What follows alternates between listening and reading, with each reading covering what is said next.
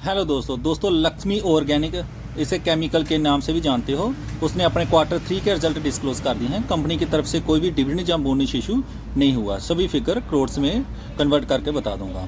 चलो देखते हैं। सबसे पहले रेवेन्यू क्या निकल कर आता है, जो कि पिछले क्वार्टर में था 699 करोड़, पिछले साल था 786 करोड़, अब हुआ है 718 करोड़।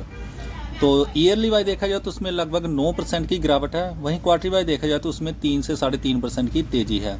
जो केमिकल सेक्टर से है तो इसे ईयर ऑन ईयर बेसिस पर देखना ही ठीक रहेगा, क्योंकि जो इनका जो बिजनेस होता है वो सीजनल बेसिस पर होता है, तो इसे ईयर ऑन ईयर बेसिस पर देखना ही ठीक रहेगा।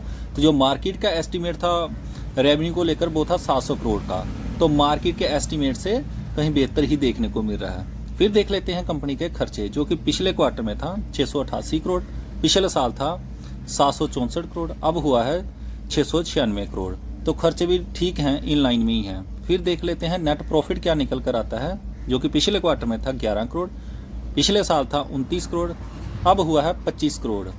तो ईयरली वाइज देखा जाए तो उसमें लगभग 10 से 12% की गिरावट है। वहीं क्वार्टरली वाइज देखा जाए तो उसमें डबल से ज़्यादा जंप है। तो आपको मैंने पहले ही बताया, इनका जो बिजनेस होता है वो सीजनल बेसिस पर होता है, तो वो ईयर ऑन ईयर बेसिस पर देखना ही ठीक रहेगा। तो प्रॉफिट इतना कैसे बढ़ गया, उसके पीछे का रीज़न है टैक्स।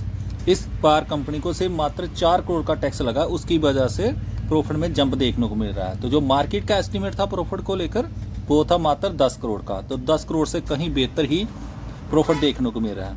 फाइनली देख लेते हैं ईपीएस, जो कि पिछले क्वार्टर में था 0.41, पिछले साल था 1, अब हुआ है 0.92।